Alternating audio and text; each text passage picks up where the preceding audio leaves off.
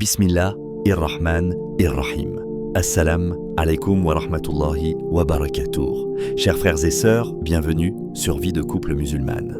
Un espace de rappel, de vérité, de lucidité, mais aussi d'espoir. Un espace où l'on parle du couple musulman sans hypocrisie, sans romantisme aveugle et surtout sans trahir les enseignements de l'islam. Avant d'aller plus loin, prends un instant. Si tu es musulman ou musulmane, si tu tiens à un foyer stable, discipliné, enraciné dans la crainte d'Allah et fidèle à notre culture et à notre religion, abonne-toi, like cette vidéo, partage-la et réponds-nous en commentaire. Chaque interaction est une sadaka numérique, un rappel qui peut sauver un cœur, un foyer, une génération entière. Car aujourd'hui, plus que jamais, le mariage musulman est attaqué. Pas seulement de l'extérieur, mais de l'intérieur. Nous vivons une époque où beaucoup veulent le mariage, mais peu veulent ce qu'implique le mariage. Une époque où l'on confond amour et dépendance émotionnelle. Une époque où l'on confond intention et engagement. Une époque où l'on confond « je t'aime » avec « je suis prêt ». Et c'est précisément de cela que nous allons parler. Les signes qu'un homme n'est pas prêt pour le mariage. Un sujet sensible,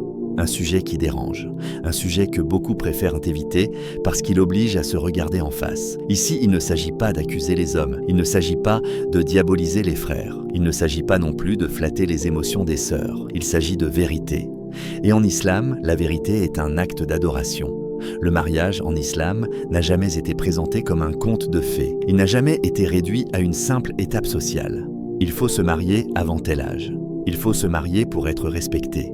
Il faut se marier pour ne pas être seul. Non, le mariage est un amana, un dépôt sacré, une responsabilité lourde mais noble. Allah dit dans le Coran « Et parmi ces signes, il a créé de vous, pour vous, des épouses afin que vous trouviez auprès d'elles la tranquillité, sakina. Et il a mis entre vous de l'amour, mawada, et de la miséricorde, rahma. » Sourate Ar-Rum, versets 20 et 1, regardons bien ce verset. Allah ne dit pas « pour que vous trouviez du plaisir ». Il ne dit pas « pour satisfaire vos envies ». Il dit « la tranquillité ». La tranquillité ne naît pas du hasard. Elle ne naît pas d'un simple sentiment. Elle naît de la responsabilité, de la maturité, de la crainte d'Allah. Et pourtant, combien de sœurs aujourd'hui vivent l'exact opposé? Stress permanent, peur constante, incertitude, instabilité émotionnelle, abandon affectif. Pas parce que l'homme était foncièrement mauvais, pas parce qu'il était violent ou méchant dès le départ, mais parce qu'il n'était pas prêt. Et c'est là une vérité difficile à accepter. Un homme peut être gentil, un homme peut être doux, un homme peut être attentionné, un homme peut même être amoureux et ne pas être prêt pour le mariage. L'amour, seul, ne construit pas un foyer. L'amour sans maturité devient un piège. L'amour sans responsabilité devient une source de souffrance. Beaucoup de sœurs témoignent, parfois en silence, parfois en larmes. Au début, il était attentionné. Au début, il parlait d'avenir. Au début, il disait qu'il ferait tout pour moi. Puis le mariage arrive. Et avec lui, la réalité des charges, la réalité des responsabilités, la réalité du quotidien, la réalité des épreuves. Et c'est là que certaines femmes découvrent une vérité amère. L'homme qu'elles ont épousé n'était pas préparé à porter un foyer. Le prophète, que la paix et le salut d'Allah soient sur lui, n'a jamais encouragé le mariage comme une fuite. Il n'a jamais encouragé le mariage comme une improvisation. Il n'a jamais encouragé le mariage comme une réponse à une pression sociale. Au contraire, il a dit « Ô jeunes gens, que celui d'entre vous qui en a la capacité se marie. » Bukhari et Muslim. Regardons ce mot, la capacité. Capacité financière, capacité émotionnelle, capacité spirituelle, capacité morale. Pas seulement l'âge, pas seulement le désir, pas seulement la parole. Et pourtant, aujourd'hui, beaucoup entrent dans le mariage sans capacité, en espérant que tout s'arrangera après. Après le mariage, je deviendrai sérieux.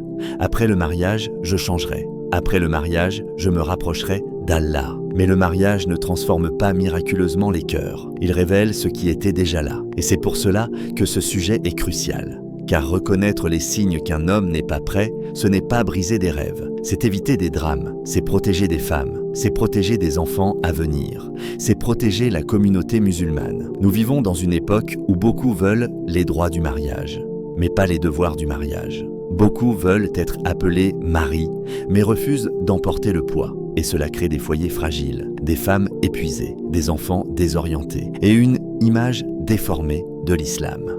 Dans cette série, nous allons parler sans détour, avec douceur, mais avec fermeté, avec compassion, mais avec lucidité. Nous allons parler de comportement, de paroles, d'attitude, de silence aussi. Car parfois, ce qu'un homme ne dit pas révèle plus que ce qu'il dit. Et si tu écoutes cette vidéo aujourd'hui, peut-être que tu es une sœur qui réfléchit au mariage, tu es une sœur déjà mariée. Et en questionnement, tu es un frère qui souhaite se marier mais veut comprendre, ou simplement quelqu'un qui veut préserver la sunna du mariage. Quelle que soit ta situation, ce rappel et c'est pour toi. Reste jusqu'au bout. Écoute avec ton cœur, pas seulement avec tes émotions. Et surtout, garde en tête que l'islam ne cherche jamais à détruire, mais toujours à réformer. Le mariage est une adoration.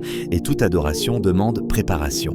Le mariage en islam, une responsabilité, pas une preuve d'amour. Dans beaucoup d'esprits aujourd'hui, le mariage est devenu une sorte de validation, une preuve, une confirmation sociale et émotionnelle. On se marie pour prouver qu'on aime.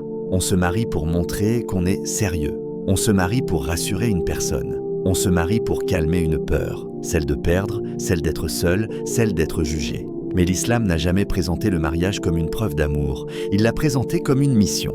Quand Allah parle du mariage dans le Coran, il ne commence pas par l'émotion.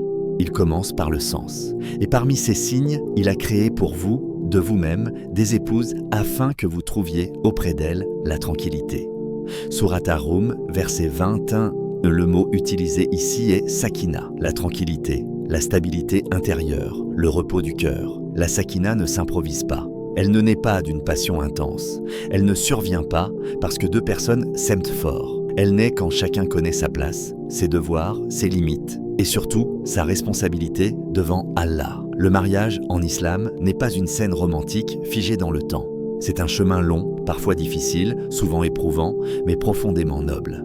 Et c'est précisément pour cela que tous les amours ne sont pas prêts pour le mariage. Dans notre époque, on a inversé l'ordre. On commence par le sentiment, puis on espère que la responsabilité suivra. En islam, c'est l'inverse. On prépare la responsabilité et Allah met l'amour et la miséricorde. C'est pour cela que beaucoup de mariages commencent avec des émotions très fortes et s'effondrent quand ces émotions sont mises à l'épreuve du réel. Parce que l'amour n'a jamais été censé porter le mariage à lui seul. Le prophète, que la paix et le salut d'Allah soient sur lui, ne demandait pas aux hommes s'ils étaient amoureux avant de se marier. Il regardait leur comportement, leur sérieux, leur crainte d'Allah. Le mariage, dans la tradition islamique, engage l'homme à être qawwam, c'est-à-dire responsable, protecteur, garant de l'équilibre. Allah a dit « Les hommes sont responsables des femmes en raison des faveurs qu'Allah accorde à ceux-ci sur celles-là, et aussi à cause des dépenses qu'ils font de leurs biens. » Surat An-Nisa, verset 34. Ce verset n'est pas une domination, c'est une charge. Être responsable, ce n'est pas commander, ce n'est pas imposer, ce n'est pas contrôler, c'est porter, c'est répondre, c'est assumer. Et cette responsabilité commence avant le mariage, pas après. Un homme prêt pour le mariage ne se demande pas seulement « Est-ce que je l'aime ?» Il se demande « Suis-je capable de protéger un foyer ? Suis-je capable de gérer des difficultés sans fuir ? Suis-je capable de me sacrifier quand il le faudra ? Suis-je capable de rendre des comptes à Allah ?» Quand le mariage est réduit à une preuve d'amour, il devient fragile, parce que l'amour fluctue, il monte, il descend, il se fatigue parfois. Mais la responsabilité, elle, reste. C'est là que beaucoup se trompent. Ils pensent que se marier est la preuve ultime de sincérité. Alors qu'en réalité, refuser de se marier quand on n'est pas prêt est parfois plus sincère. Dans l'islam, l'engagement n'est jamais encouragé sans capacité. Le prophète, que la paix et le salut d'Allah soient sur lui, a dit « Ô jeunes gens, que celui d'entre vous qui en a la capacité se marie. » Il n'a pas dit que celui qui aime se marie. Il a dit celui qui a la capacité. Cette capacité est multiple.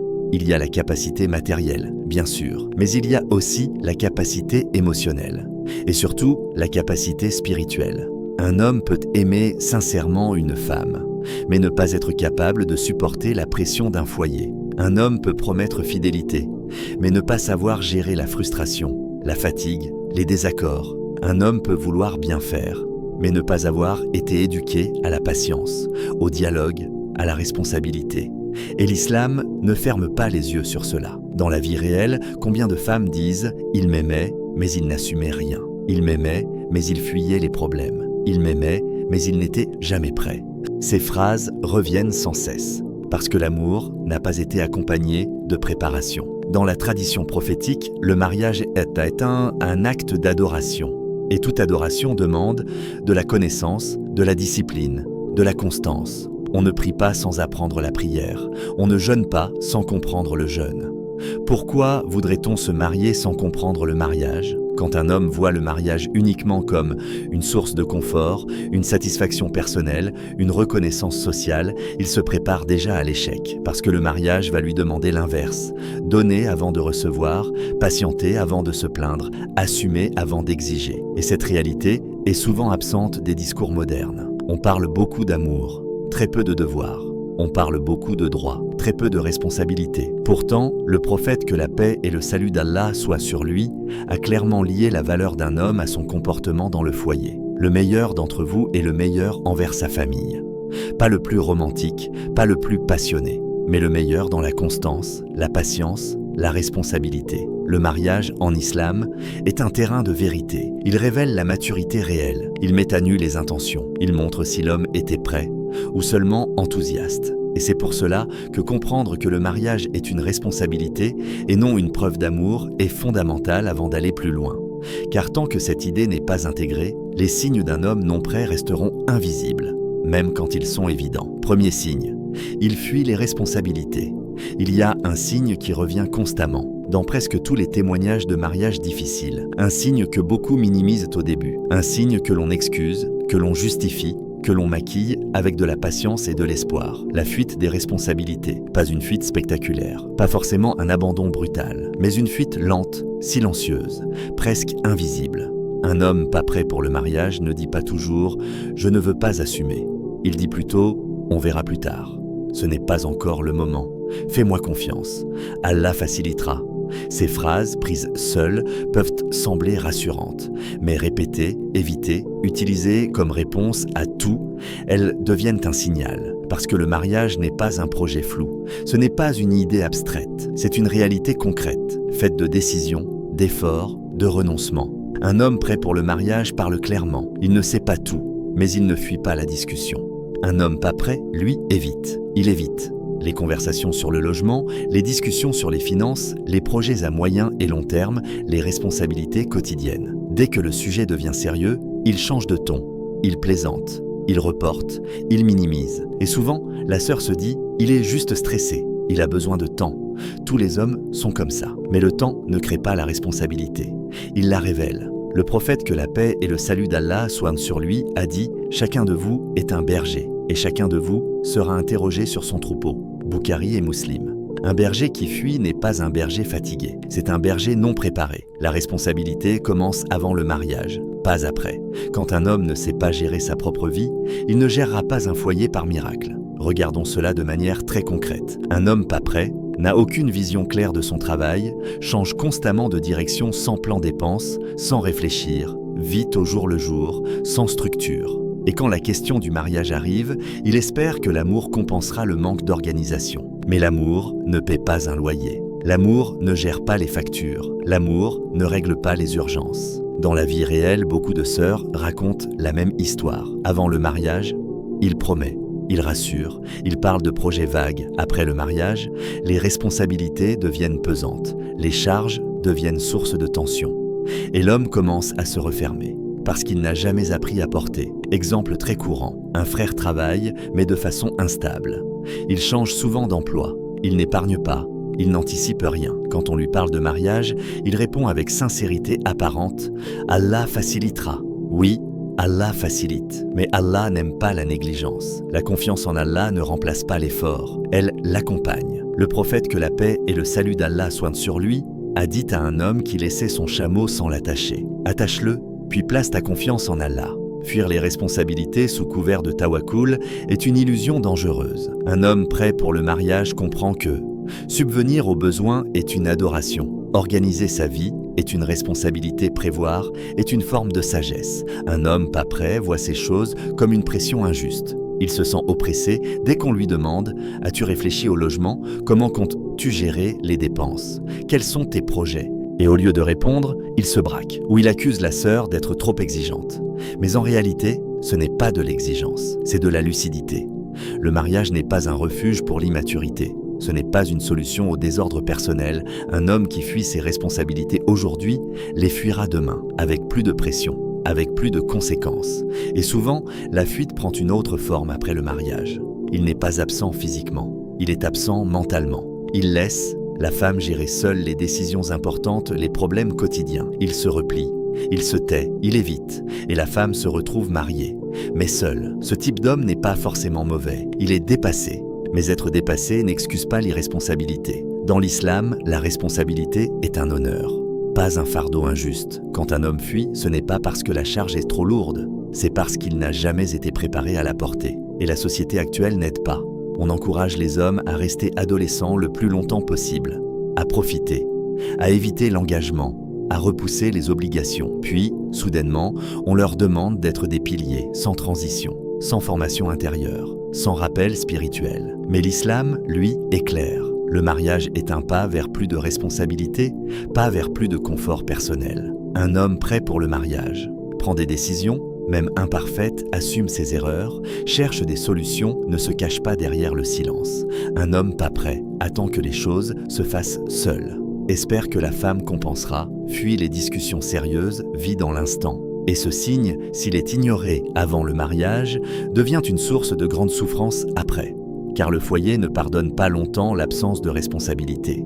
Il réclame, il expose, il met à l'épreuve. Et c'est là que beaucoup découvrent, trop tard, que l'homme n'était pas prêt, mais seulement présent. Deuxième signe, il n'a pas de stabilité spirituelle. Le mariage ne se limite pas à un contrat, à des papiers ou à des célébrations. Il est un engagement sacré, une adoration, une responsabilité envers Allah et envers la personne que l'on choisit. Et pourtant, combien de frères entrent dans cette étape de leur vie avec des cœurs fragiles, instables et éloignés d'Allah? Combien se présentent avec des intentions sincères en apparence, mais avec un lien ténu avec leur foi, leur adoration et leur conscience de responsabilité? C'est ce que nous appelons l'instabilité spirituelle. Un homme pas prêt pour le mariage n'est pas toujours mauvais dans ses actions sociales. Il peut être poli, charmant, respectueux.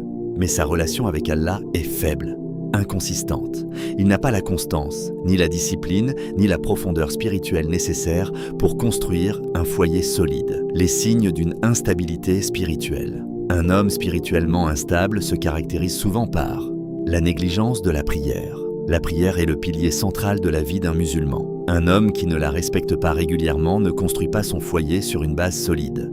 La prière n'est pas une formalité, c'est un rappel constant de la présence d'Allah. Sans elle, le cœur se fragilise, l'ego domine et la patience diminue face aux épreuves du mariage. L'absence de lien avec le Coran. Il peut connaître quelques sourates par cœur, mais il ne médite pas sur les paroles d'Allah. Le Coran est le guide du foyer. Sans référence à ce guide, les décisions, la discipline, la gestion des conflits et l'éducation des enfants deviennent subjectives, émotionnelles et souvent désordonnées. Des repères religieux flous ou inexistants, il ne sait pas différencier le permissible de l'interdit dans sa vie quotidienne. Il se fie à ses envies, à ses habitudes ou à ce que la société lui dicte. Et lorsqu'il est confronté à des choix difficiles, il n'a pas d'ancrage solide pour agir conformément à l'islam. Le mariage est une école de discipline. Le mariage en islam est conçu pour être une école où la patience, le respect, la tolérance, la responsabilité et la piété sont mises à l'épreuve. Mais un homme qui n'a pas de stabilité spirituelle n'a pas les outils pour réussir dans cette école. Il n'a pas appris à se discipliner. Il n'a pas appris à se corriger. Il n'a pas appris à demander pardon à Allah ni à se remettre en question. Un homme spirituellement faible peut aimer sincèrement sa future épouse. Mais cet amour seul ne suffira pas pour faire face aux épreuves de la vie conjugale. Les malentendus, les crises financières, la fatigue, la gestion des enfants, les sacrifices quotidiens. Si sa foi n'est pas solide, ses réponses seront émotionnelles, impulsives ou égocentrées. Et ce qui commence comme un foyer harmonieux devient rapidement source de tension et de déception. L'exemple concret, prenons l'exemple de Youssef. Avant son mariage, il était considéré comme gentil et respectueux. Il aimait sincèrement sa future épouse, mais il avait l'habitude de négliger ses prières, de retarder la lecture du Coran et de ne jamais méditer sur les enseignements islamiques dans sa vie quotidienne. Au début du mariage, il faisait preuve de patience. Il semblait vouloir apprendre, mais très vite, la routine et les responsabilités révélèrent ses lacunes.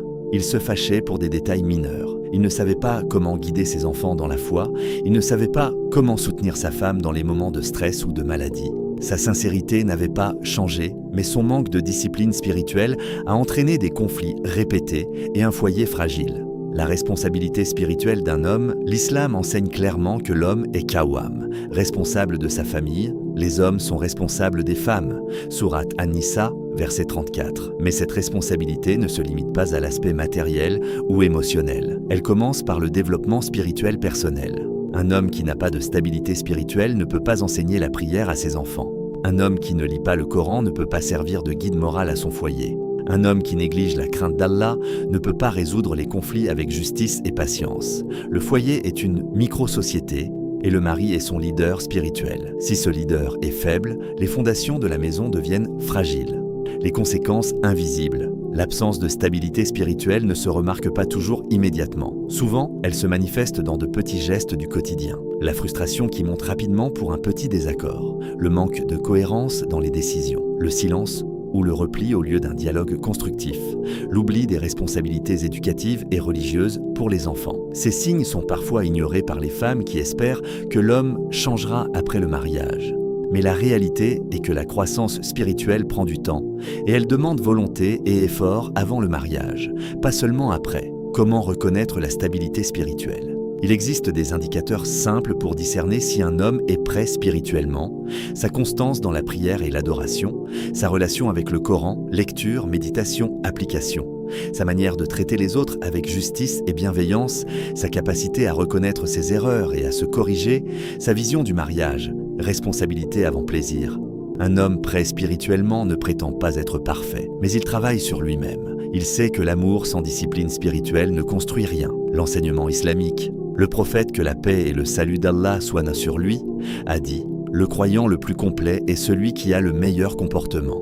Hadith, Tirmidhi. Le comportement ici ne se limite pas à la politesse ou à la gentillesse. Il englobe la constance dans l'adoration, la patience, la justice et la maîtrise de soi. Le mariage, en islam, est un miroir. Il reflète la foi réelle de l'homme, pas sa façade, pas ses paroles, pas son amour romantique. Il reflète sa capacité à incarner les valeurs islamiques dans le quotidien. Le message aux sœurs et frères, sœurs, avant de considérer un homme comme potentiel mari, observez sa constance religieuse. Ne vous laissez pas séduire uniquement par la douceur ou les promesses. Cherchez des actes, pas seulement des paroles. Frères, ne sous-estimez jamais l'importance de votre relation avec Allah avant de vous marier.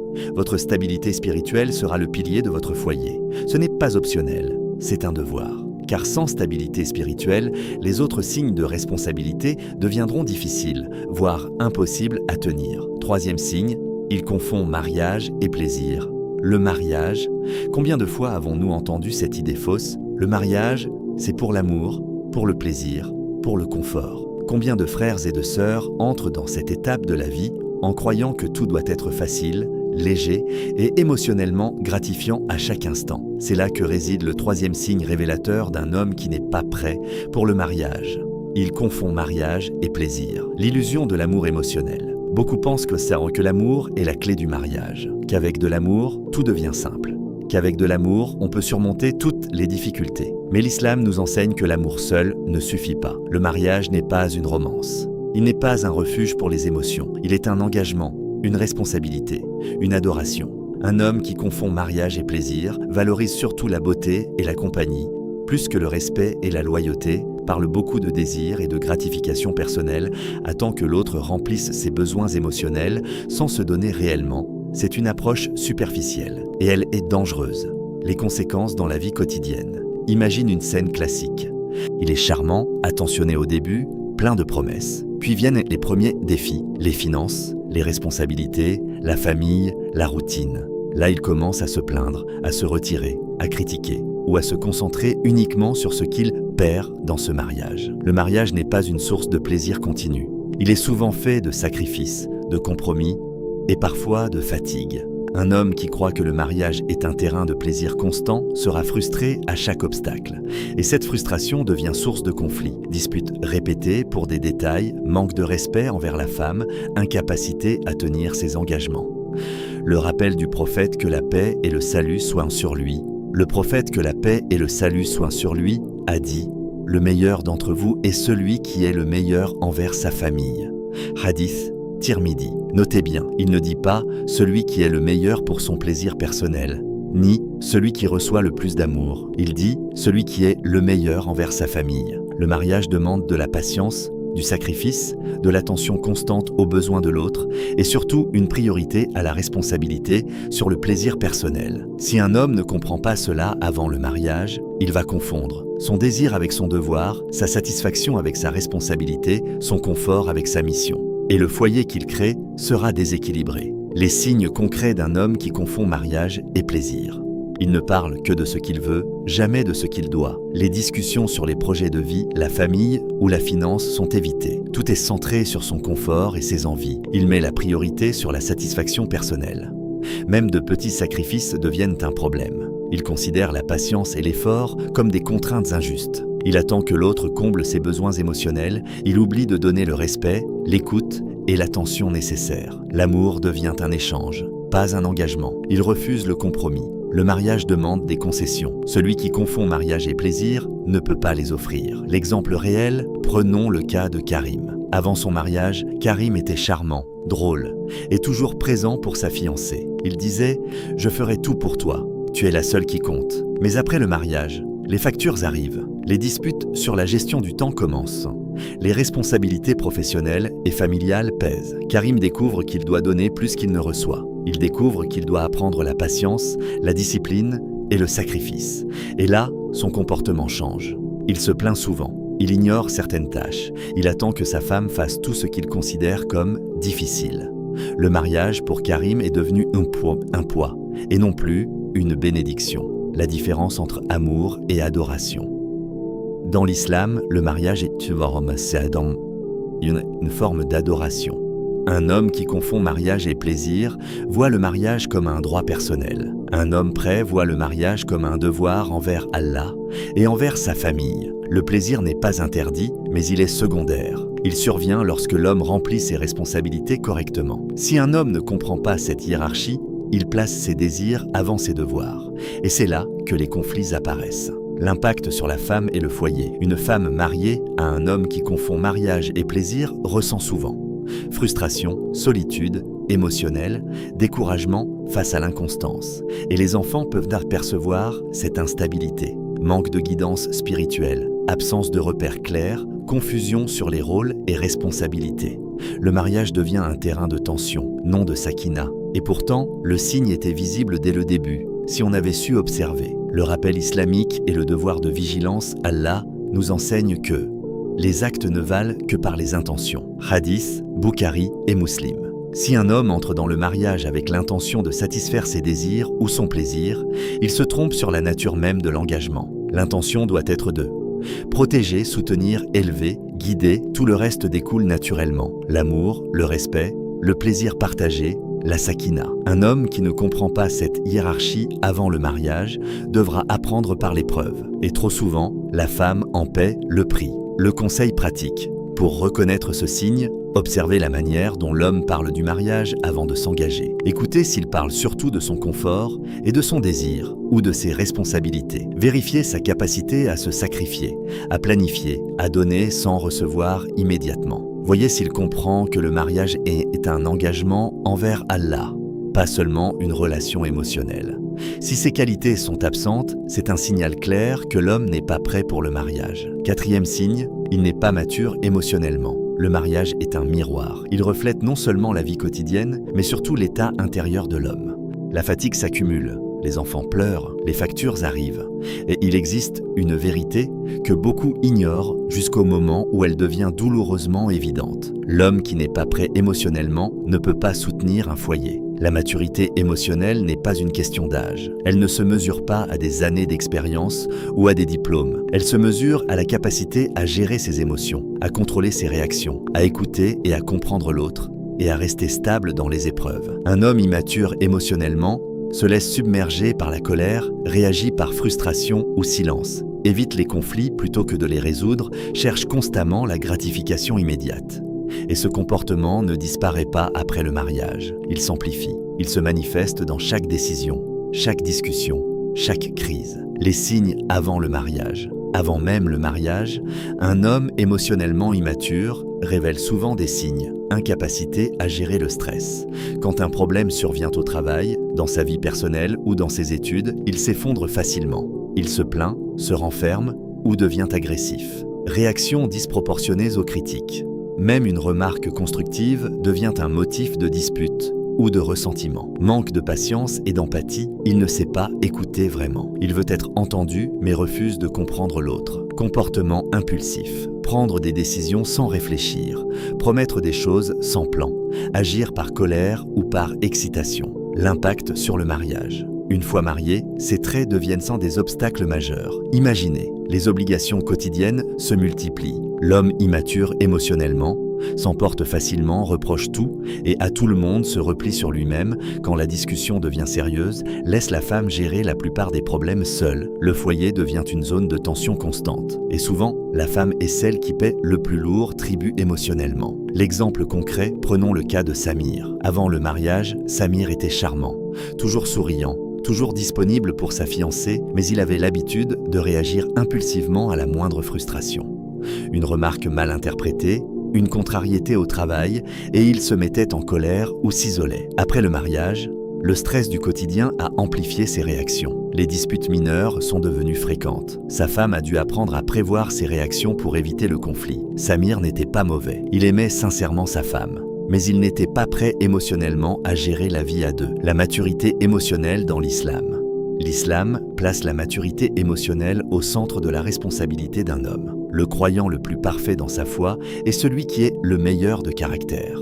Hadith, Tirmidhi. Le caractère englobe le contrôle des émotions, la patience, la justice et l'équilibre intérieur. Un homme mature émotionnellement contrôle sa colère, fait preuve de patience dans les difficultés, soutient sa famille plutôt que de se concentrer sur lui-même, prend le temps d'écouter avant de répondre. Sans cette maturité, la parole du prophète que la paix et le salut d'Allah soient sur lui, sur la responsabilité des hommes dans le foyer, perd son sens pratique. Comment reconnaître l'immaturité émotionnelle ? Avant de s'engager, il est possible de discerner ce trait à travers l'observation et le dialogue, observer sa gestion des conflits. Comment réagit-il lorsqu'un ami le contredit ? Comment réagit-il face à une situation stressante ? Évaluer sa patience. Se montre-t-il compréhensif avec les erreurs des autres ? Sait-il attendre et planifier plutôt qu'agir impulsivement ? Écouter sa manière de parler des responsabilités. Est-ce qu'il les minimise ou les prend au sérieux ? Est-ce qu'il comprend que le mariage exige des sacrifices émotionnels ? Tester son empathie. Est-il capable de comprendre le point de vue d'autrui sans jugement ou colère ? Observer la cohérence entre paroles et actions. Les promesses sont-elles tenues ? Les émotions sont-elles maîtrisées dans les situations importantes ? Les effets sur la femme et les enfants. Une immaturité émotionnelle prolongée affecte toute la famille. La femme peut se sentir incomprise, isolée ou frustrée. Les enfants grandissent dans un environnement instable et anxiogène. La communication devient difficile et les conflits se multiplient. Et souvent, le mariage révèle des problèmes que l'on pouvait déjà détecter avant l'engagement. Le rappel spirituel. L'islam enseigne que le mariage est un chemin de test et de responsabilité et que la patience et le contrôle de soi sont essentiels. Et faites preuve de patience. Certes, Allah est avec les patients. Sourate Al-Baqarah, verset 153. Un homme qui n'a pas encore acquis cette patience et cette maîtrise émotionnelle n'est pas prêt à guider un foyer. Il ne pourra pas créer la sakina promise par Allah.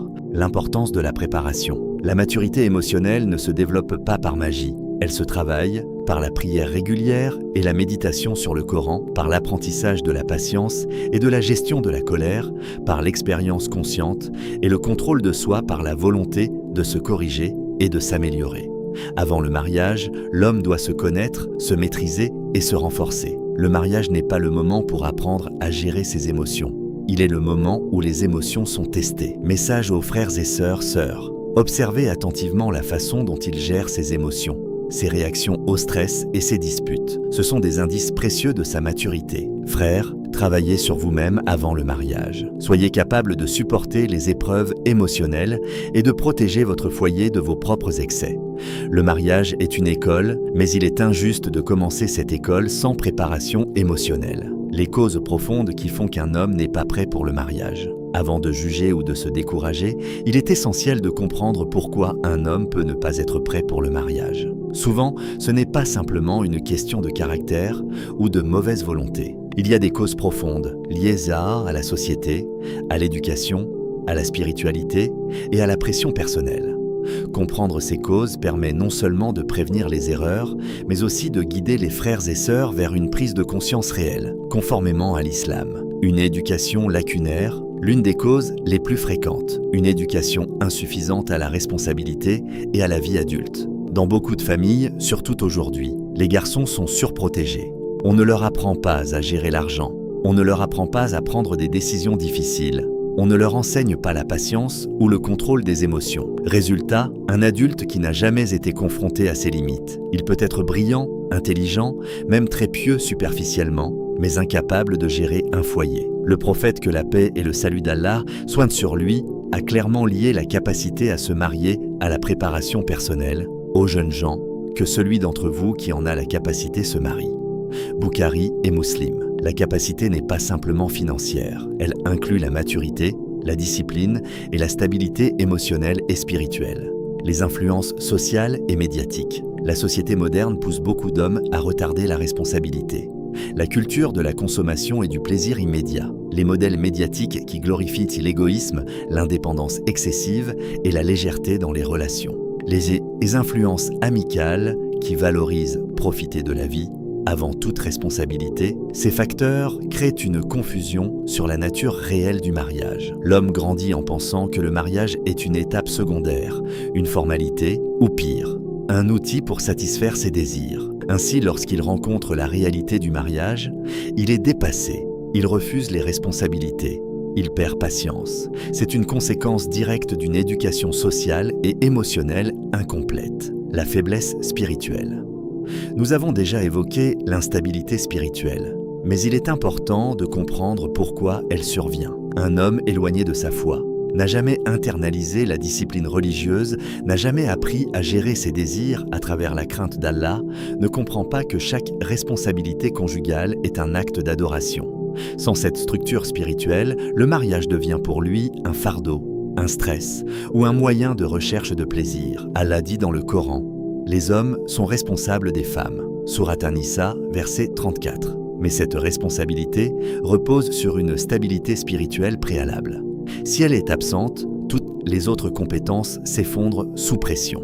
L'immaturité émotionnelle et psychologique. L'immaturité émotionnelle a souvent des causes psychologiques. Une enfance où l'on n'a jamais appris à gérer les émotions. Une vie centrée sur soi sans épreuve ni contrainte. Des traumatismes non résolus ou des blessures affectives. Cela crée un adulte qui fuit la confrontation, rejette la responsabilité ou cherche toujours la gratification immédiate. Le mariage, qui demande patience, compromis et constance, devient alors un terrain de conflit. La pression économique et sociale. Beaucoup d'hommes se disent « Je ne suis pas prêt pour le mariage parce que je ne peux pas tout assurer ». Cette inquiétude est légitime, mais elle devient problématique lorsqu'elle sert d'excuse pour fuir d'autres responsabilités, elle empêche la préparation spirituelle et émotionnelle. Elle nourrit l'égoïsme et la procrastination. Allah ne demande pas la perfection matérielle, mais l'effort et la capacité d'assumer avec sincérité. Attache ton chameau et place ta confiance en Allah. Hadith Tirmidhi.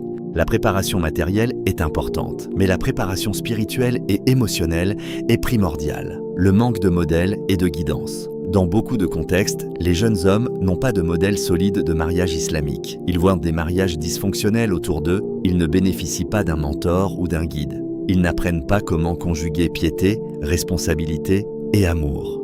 Résultat, l'homme ignore ce qu'implique réellement la vie conjugale et interprète mal le rôle d'un mari. Le prophète, que la paix et le salut d'Allah soient sur lui, a dit « Le meilleur d'entre vous est celui qui est le meilleur envers sa famille ». Mais si personne ne montre concrètement comment incarner ce hadith, beaucoup d'hommes échouent net malgré de bonnes intentions. L'illusion de l'amour romantique, l'une des causes les plus subtiles. La croyance que l'amour romantique suffit. On pense qu'avec l'amour, on supportera tout. On pense qu'avec l'amour, les responsabilités se feront d'elles-mêmes. On pense qu'avec l'amour, les défauts et les lacunes disparaîtront. Cette illusion entraîne souvent des mariages ratés ou des déceptions, car l'amour n'est pas un substitut à la préparation, à la discipline et à la patience. L'effet combiné des causes. Ces causes, éducation, société, spiritualité, psychologie, économie et illusion s'additionnent souvent. Un homme peut avoir plusieurs qualités: intelligence, gentillesse, beauté, mais si ces causes ne sont pas corrigées ou anticipées, elles empêchent la maturité nécessaire au mariage. C'est pourquoi il est crucial, avant de se lancer dans le mariage, d'identifier ces signaux et causes, pour se préparer soi-même pour choisir un partenaire qui est réellement prêt pour éviter des erreurs douloureuses. Le rappel pratique pour les frères: travaillez sur vos faiblesses spirituelles et émotionnelles avant le mariage. Cherchez la guidance, les conseils de mentors et la lecture sur la responsabilité conjugale. Pour les sœurs, soyez attentives aux signaux de fuite de responsabilité, d'instabilité spirituelle ou d'immaturité émotionnelle. Observez comment ils gèrent le quotidien, le stress et les conflits. La préparation est la clé. Comprendre les causes permet de distinguer l'homme sincère mais encore en croissance de l'homme qui n'est pas prêt du tout. Enseignement islamique et conseils pratiques pour préparer un mariage réussi. Le mariage n'est pas simplement un événement social ou une formalité légale. Dans l'islam, c'est un acte d'adoration, un engagement profond et une responsabilité sacrée. Pour un mariage réussi, il ne suffit pas d'aimer ou de vouloir. Il faut comprendre, se préparer et agir selon la guidance divine. La responsabilité avant tout. Le premier enseignement islamique est clair. Le mariage exige responsabilité. Allah dit: les hommes sont responsables des femmes en raison des faveurs qu'Allah accorde à ceux-ci sur celles-là et à cause de ce qu'ils dépensent de leurs biens. Sourate An-Nisa, verset 34. Mais cette responsabilité dépasse les finances. Elle inclut la protection spirituelle et émotionnelle de la famille, la patience et la maîtrise de soi, la constance dans les devoirs conjugaux, l'éducation et l'accompagnement des enfants. Le prophète, que la paix et le salut d'Allah soient sur lui, a dit: chacun de vous est un berger, et chacun sera interrogé sur son troupeau. Bukhari et Muslim. Le foyer est ce troupeau, et l'homme est le berger. Si un homme n'assume pas cette responsabilité avant le mariage, il ne pourra pas la remplir après. La préparation spirituelle et émotionnelle. Avant le mariage, chaque homme et chaque femme doit travailler sur soi-même. Pour les hommes, respecter régulièrement les prières et se rapprocher d'Allah. Lire et méditer le Coran pour renforcer sa guidance. Développer la patience et la maîtrise de soi face aux frustrations. Travailler sur la constance et la discipline dans les habitudes quotidiennes. Pour les femmes, observer la foi et la constance spirituelle de son futur époux. S'assurer que l'homme possède la maturité émotionnelle nécessaire. Vérifier qu'il comprend le mariage comme une responsabilité et non comme un simple plaisir ou confort. Le mariage est un terrain de test, mais on ne peut réussir le test sans préparation. L'importance de la sincérité et des intentions. L'islam insiste sur l'intention, niya. Les actes ne valent que par les intentions. Hadith, Bukhari et Muslim. Avant de se marier, il faut se demander: mon intention est-elle sincère devant Allah? Cherchais-je à construire un foyer pieux et équilibré? Cherche-je simplement le confort, la reconnaissance ou le plaisir? Une intention claire et sincère guide les actions et permet de surmonter les difficultés du mariage. Conseils pratiques pour évaluer la préparation d'un homme. Observer la gestion des responsabilités. Comment gère-t-il le travail, l'argent, les engagements? Prend-il ses décisions de manière réfléchie, effépliée ou impulsive? Évaluer la stabilité spirituelle. Est-il constant dans la prière? Lit-il le Coran et cherche-t-il à appliquer ses enseignements? Mesurer la maturité émotionnelle. Comment réagit-il face au stress ou aux critiques? Sait-il écouter, comprendre et gérer ses émotions? Observer sa vision du mariage. Voit-il le mariage comme un devoir et une responsabilité? Comprend-il que le mariage exige patience, sacrifice et engagement? Chercher des conseils et témoignages. Parler avec des mentors, des proches ou des personnes de confiance qui connaissent l'homme. Observer son comportement dans différents contextes, famille, travail, amis, préparer son cœur et son esprit. Le mariage ne concerne pas uniquement l'homme. La femme aussi doit se préparer, développer sa patience et sa tolérance, renforcer sa foi pour soutenir un foyer équilibré.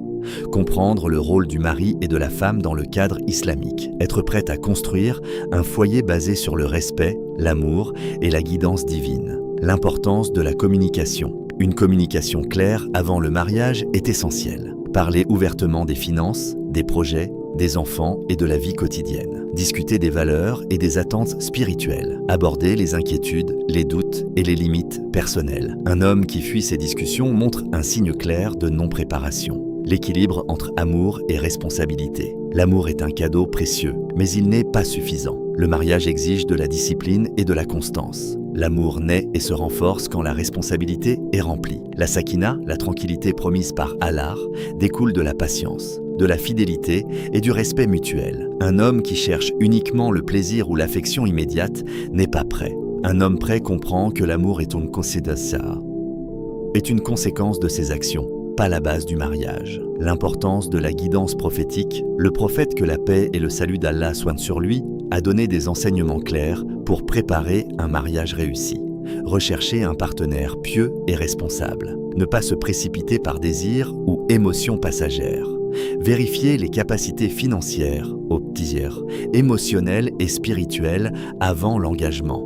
Construire le mariage sur la sincérité, la patience et la guidance d'Allah. Ces principes restent valables pour tous les musulmans aujourd'hui. Conseils pour éviter les erreurs: ne jamais se précipiter, prendre le temps d'observer, de poser des questions, de méditer. Analyser les comportements concrets. Les paroles sont importantes, mais les actions révèlent la vérité. Chercher la consultation. Parler à des mentors, des parents ou des personnes de confiance. Se préparer soi-même. Avant de chercher un conjoint parfait, devenir un conjoint prêt et responsable. Rester conscient de la guidance divine. Ne jamais perdre de vue qu'Allah guide ceux qui l'invoquent sincèrement. L'enseignement central. Le mariage est un engagement sacré. Il est une responsabilité avant d'être un plaisir. Il exige responsabilité financière, émotionnelle et spirituelle, patience et maîtrise de soi, intention sincère devant Allah, constance et discipline. En respectant ces principes, on se protège des épreuves, on construit un foyer harmonieux et on suit la voie prophétique. Chers frères et sœurs, tout au long de cette vidéo, nous avons exploré les signes qui révèlent qu'un homme n'est pas encore prêt pour le mariage. Fuite des responsabilités, instabilité spirituelle, confusion entre mariage et plaisir, immaturité émotionnelle. Et nous avons vu les causes profondes derrière ces comportements. Ces signes ne sont pas là pour juger ou critiquer, mais pour protéger les cœurs et les foyers. Le mariage est une bénédiction, mais il est aussi une responsabilité sacrée. Allah nous rappelle. Et parmi ces signes, il a créé pour vous des épouses afin que vous trouviez auprès d'elles la tranquillité. Sourate Ar-Rum, verset 21. La tranquillité, la sakina, ne se construit pas sur des illusions ou des promesses, mais sur la préparation, la discipline et la foi. Si tu es un frère, prépare-toi spirituellement, émotionnellement et matériellement avant de te lancer dans le mariage. Rappelle-toi que chaque responsabilité que tu assumes est une adoration et un témoignage devant Allah. Travaille sur toi-même, corrige tes lacunes et cherche la guidance dans le Coran et les hadiths. Si tu es une sœur, observe attentivement les signes avant de t'engager. Cherche un homme qui prend ses responsabilités au sérieux, qui est stable dans sa foi et qui comprend le mariage comme un devoir sacré. Ne te laisse pas séduire uniquement par le charme, les paroles ou les promesses. Pourquoi ? Il est crucial de partager et d'apprendre. Nous vivons dans une époque où beaucoup de mariages souffrent à cause de l'absence de préparation et de guidance. En partageant ces enseignements et en réfléchissant sur nos choix, nous pouvons protéger nos foyers, préserver les valeurs et la discipline de la famille musulmane, créer des générations élevées dans la foi, le respect et l'amour véritable. Rappel à notre communauté. Frères et sœurs, si cette vidéo t'a été bénéfique, abonne-toi pour recevoir d'autres conseils sur le mariage et la vie de couple musulmane. Like cette vidéo pour soutenir notre travail et montrer que tu souhaites renforcer les foyers musulmans. Commente pour partager ton expérience ou poser tes questions afin que nous puissions tous apprendre ensemble. Partage cette vidéo avec ta famille, tes amis et ta communauté pour que notre monde musulman reste discipliné, fidèle à la religion et aux valeurs de l'islam. Rappelle-toi toujours, le mariage est une bénédiction et un test.